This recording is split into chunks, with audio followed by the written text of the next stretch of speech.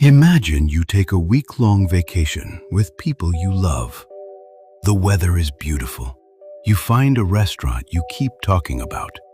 You swim. You explore.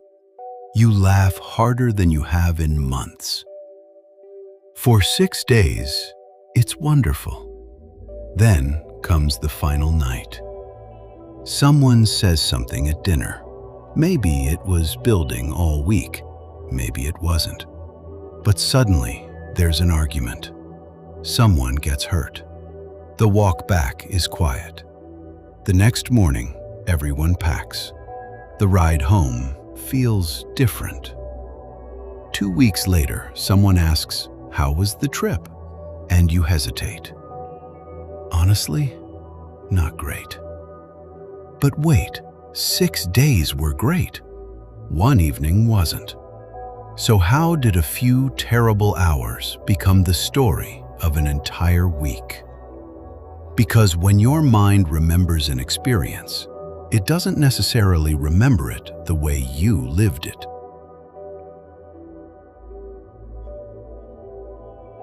We tend to imagine memory working something like an accountant. Add up the good moments, subtract the bad ones. Divide by the amount of time, and whatever remains becomes our verdict.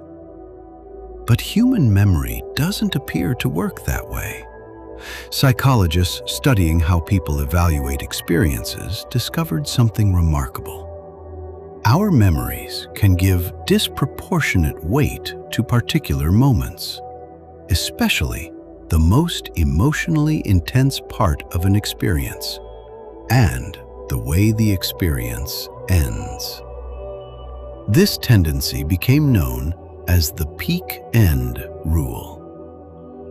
Think about a restaurant. The meal might last 2 hours. You probably won't preserve an equally detailed record of every bite, every sentence, every minute.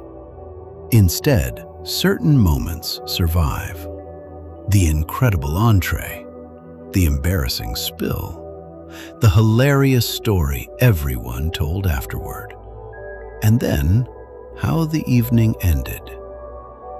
When someone asks whether you liked the restaurant, your mind doesn't necessarily replay 2 hours. It reconstructs a story from pieces. And some pieces weigh more than others. But this becomes much stranger when researchers test it. In a famous series of studies, researchers including psychologist Daniel Kahneman examined how people remembered unpleasant experiences. In one experiment, participants placed a hand into painfully cold water. In one condition, the unpleasant experience lasted about a minute. In another, it lasted longer. So the longer experience contained more total discomfort. But near the end, the water became slightly warmer. Still unpleasant, just less unpleasant. Then participants were given a choice. Which experience would they rather repeat? You might expect everyone to choose the shorter one. Less total pain, less time suffering. Obviously better. But many participants chose the longer experience. Why? Because although it contained more total discomfort, it ended better. Think about what that means.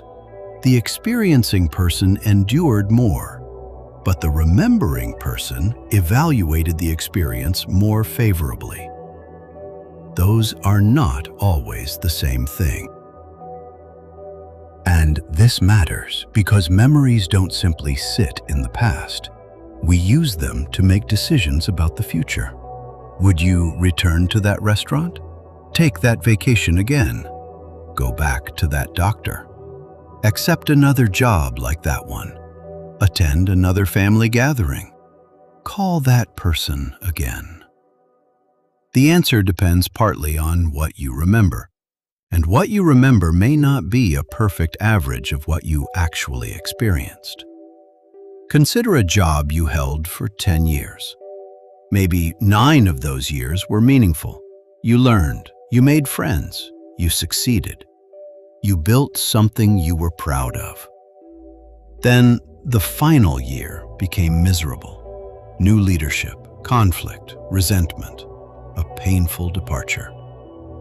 Years later, someone mentions the company. What arrives first, the 9 good years or the ending?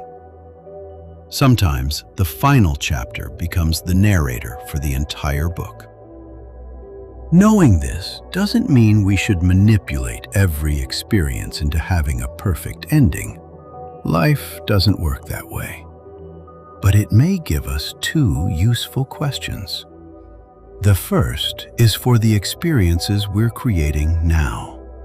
How do I want this to end? Not every vacation needs fireworks on the final night. Not every dinner needs a grand gesture.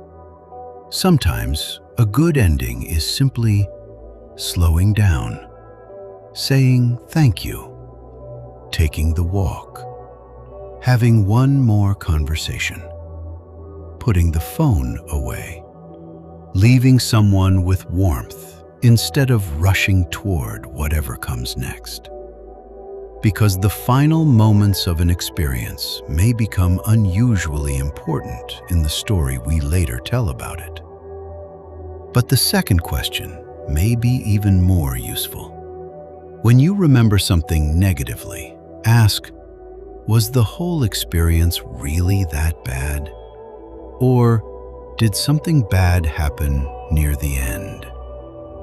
A friendship can end painfully without every year of the friendship becoming a mistake. A career can end badly without the career having been a failure. A vacation can contain one awful argument without becoming an awful vacation. A relationship can end without erasing every good thing that existed before it. The ending deserves its place in the story. It just doesn't necessarily deserve to become the entire story. We experience our lives continuously, morning after morning, conversation after conversation. Thousands of ordinary moments passing almost unnoticed. But we don't remember our lives continuously. Memory selects, compresses, emphasizes. Certain moments become representatives for entire periods of our lives. And sometimes, the final moments speak louder than everything that came before them. So perhaps remembering well requires more than asking, how do I feel about what happened? Perhaps it also requires asking, which moments are doing the remembering for me? Because a painful ending can be real. It can matter. It can deserve to be remembered.